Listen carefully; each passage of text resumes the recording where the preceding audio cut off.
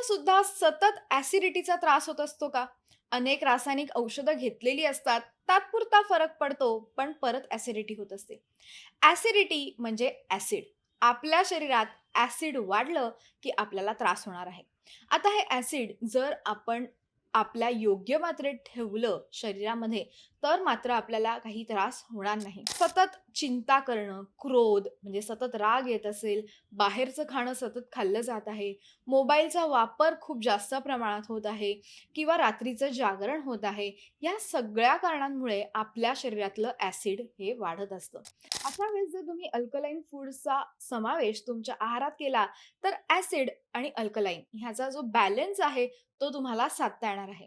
तर ह्यासाठी तुम्ही रोज रात्री झोपताना सब्जा जो आहे, तो पाण्यात भिजत घालायचा आहे आणि सकाळी उठल्यावर तो तुम्ही दुधात घालून घेऊ शकता. त्याचबरोबर गुलकंद जो आहे, त्याचं सेवन तुम्ही करू शकता. कोकम सरबत आहे, नारळ पाणी आहे, ह्याचं सुद्धा सेवन तुम्ही करू शकता. पण जर ॲसिडिटी खूप वरचेवर होत आहे, तर तिला वेळेवर ट्रीट करणं गरजेचं आहे. नाहीतर हळू-हळू आतड्यांमध्ये व्रण होणं, जखमा होणं हे सुद्धा शक्य असतं किंवा गट फॉर्मेशन, ॲसिड रिफ्लक्स होणं ह्या सगळ्या पुढच्या स्टेजेस आहेत. म्हणून त्यासाठी वेळेवर खबरदारी घ्या आणि योग्य ती ट्रीटमेंट वेळेवर करा.